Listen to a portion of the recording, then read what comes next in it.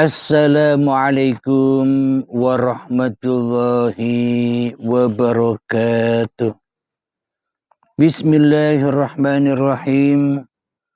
Ashhadu an la ilaha illallah wa ashhadu anna Muhammadur Rasulullah. Allahumma salli ala sayyidina Muhammad wa ala ali sayyidina Muhammad.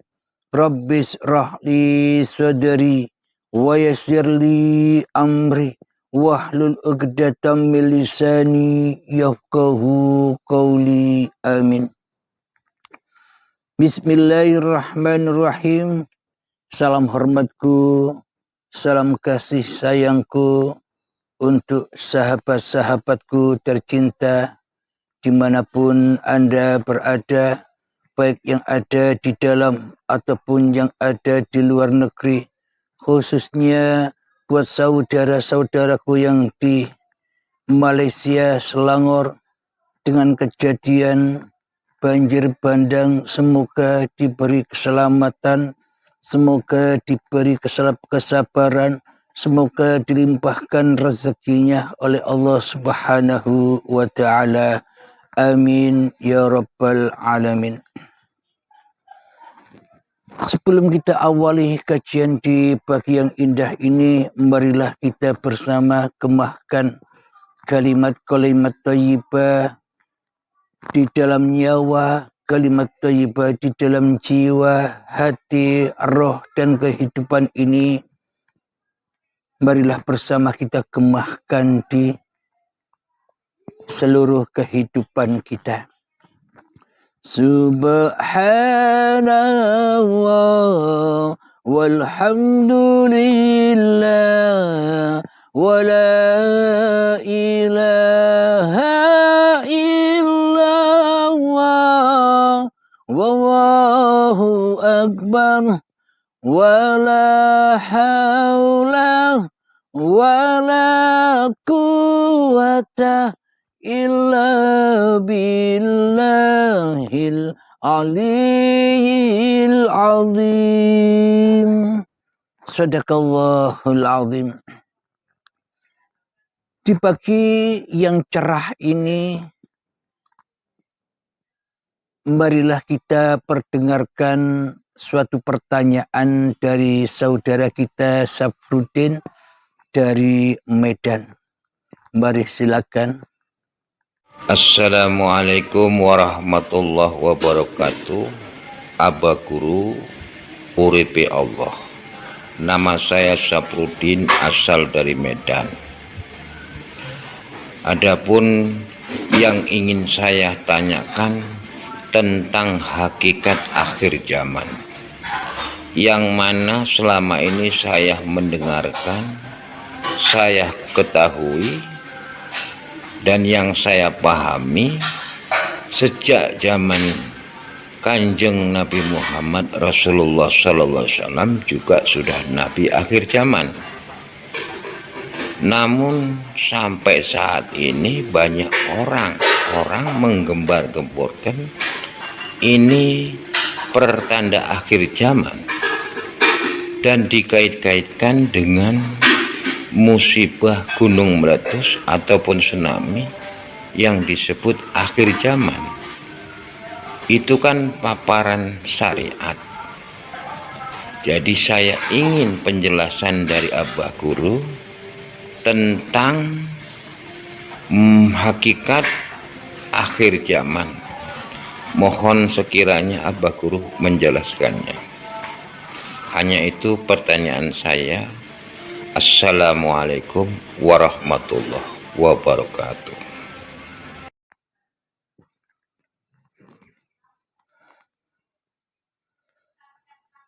Alhamdulillahirabbil alamin. Waalaikumsalam warahmatullahi wabarakatuh. Tentang akhir zaman. Jadi sejak Kanjeng Nabi Muhammad diutus itu sudah datang zaman akhir. Sampai 14 abad sekarang pun di dalam zaman akhir. menurut paparan-paparan syariat, menurut paparan-paparan manusia, menurut paparan-paparan hawa nafsu, mengartikan, memahami Al-Quran, semuanya serba dohiriyah, serba syariat, serba manusia, bukan hati. Jadi keadaan akhir zaman, huru haranya akhir zaman diaplikasikan dengan keadaan badan manusia. Sehingga manusia memandang pemahaman tentang akhir zaman itu dengan banyak terjadinya bencana-bencana, gunung-gunung erupsi, banjir di mana-mana, longsor di mana-mana, manusia sama-sama ketakutan, kekhawatiran, kegundahan di dalam hatinya menghadapi akhir-akhir zaman ini. Dengan begitu banyaknya bencana-bencana yang ada membuat manusia ketakutan. Itulah aplikasi pemahaman Al-Quran tentang akhir zaman. Pertabrakannya antara bumi dan langit, hancurnya bumi dan langit, itu dikatakan akhir perjalanan manusia. Secara syariatnya demikian. Namun secara hati, sesuai Al-Quran, maka yang dikatakan zaman akhir itu bagaimana? Jadi sanepan atau kiasan yang kita lihat di zahir, gunung-gunung erupsi, banjir di mana-mana, itu lambang dari hati kita. Hati kita selama ini berguncang. Kenapa kok berguncang? Karena manusia telah ingkar kepada Tuhannya. Karena manusia sama-sama menjadi Tuhan di dalam masing-masing hatinya. Karena manusia menjadi penguasa di dalam hati masing-masingnya daripada dituhani, daripada dikuasai oleh Tuhan yang telah menciptakannya. Itulah yang disebut akhir zaman.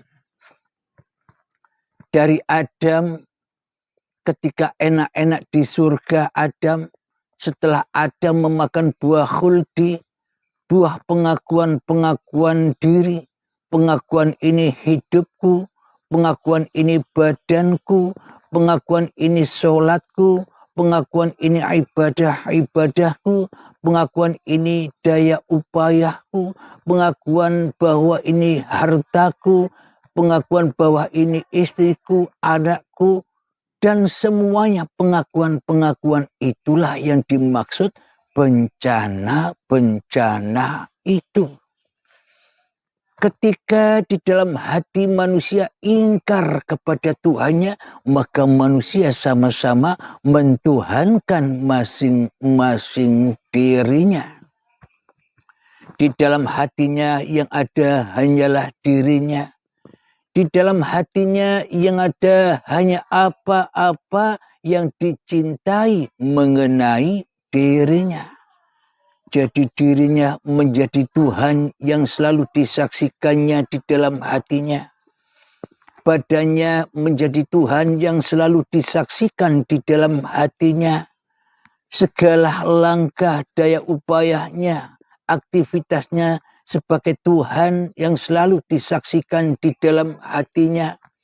Duduknya dipertuhankan, berdirinya dipertuhankan, pekerjaannya dipertuhankan, sholatnya dipertuhankan, ibadahnya dipertuhankan, kekayaannya dipertuhankan, anaknya dipertuhankan, amalnya dipertuhankan, ilmunya dipertuhankan, dan sebagainya.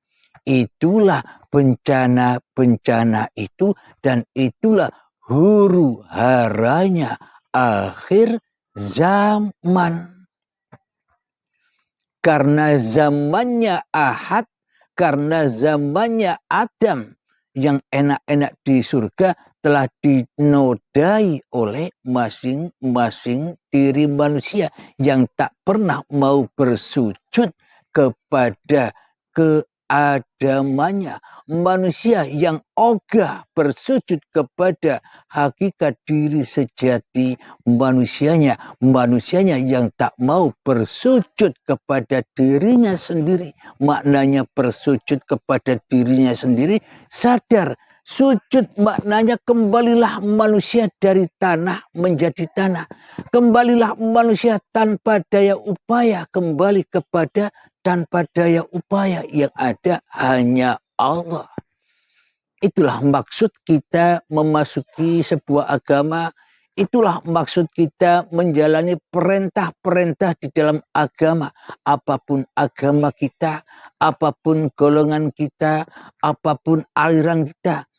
Yang pasti di dalam kita beramal di dalam sebuah agama itu tujuannya supaya kita bisa kembali alias mati di dalam Tuhan. Jadi apa gunanya kita merasa hidup sementara Tuhannya tidak hidup di dalam hati kita? Jadi apa gunanya kita merasa diri kita yang wujud sementara Tuhan tak wujud sama sekali alias goib di hati kita? Lalu apa gunanya kita merasa berkuasa sementara Tuhan tidak pernah berkuasa sedikit pun kepada kita selama ini? Apa gunanya kita punya Tuhan? Apa gunanya kita bertuhan? Apa gunanya kita mengabdi kepada Tuhan siang dan malam? Semuanya takkan pernah ada gunanya bila kita yang ada, bila kita yang wujud, bila kita yang hidup, dan bila kita yang jadi Tuhan selama ini. Maka semuanya takkan pernah ada gunanya sedikit pun. Alhamdulillahirabbil alamin. Itulah yang dimaksud akhir zaman. Akhir masa manusia akan ketemu dengan akhir kiamat manusianya. Bila diartikan secara syariatnya, bencana-bencana yang kita lihat selama ini membuat manusianya berakhir mati di dalam bencana-bencana itu. Maknanya apa? Manusia telah mati di dalam perbuatan-perbuatannya. Mati di dalam sholatnya, manusia mati di dalam ibadah-ibadahnya, manusia mati di dalam harta-hartanya, manusia mati di dalam amal-amalnya, manusia mati di dalam ilmu-ilmunya. Meskipun kelihatan manusianya hidup, tapi hakikatnya manusianya mati di dalam dirinya sendiri, terhukum di dalam Jahanam yang berbahan bakar badan-badan manusia dan hati yang keras, hati yang tak mau kembali kepada sejati diri manusianya yang tak ada, sejati diri manusianya yang tak wujud, sejati diri manusianya yang tak hidup, sejati diri manusianya yang tak berkuasa apapun. Jadi orang-orang sahabat-sahabat yang sudah berbaiatlah, yang sudah ketemu, yang sudah mengakhiri zaman kemanusiaannya. Jadi sahabat-sahabat yang sudah berbaiatlah, yang sudah rela, ridho bahwa dirinya sebenarnya tak pernah wujud, tak pernah hidup, tak pernah berkuasa kecuali innallaha ma'ana, kecuali bersama Tuhannya. Jadi manusia yang sudah kembali kepada Tuhannya, yang sudah berbaiat Bagaimana mungkin kita takut lagi kepada hiruk pikuknya dunia? Bagaimana mungkin kita takut lagi kepada bencana-bencana secara zahir?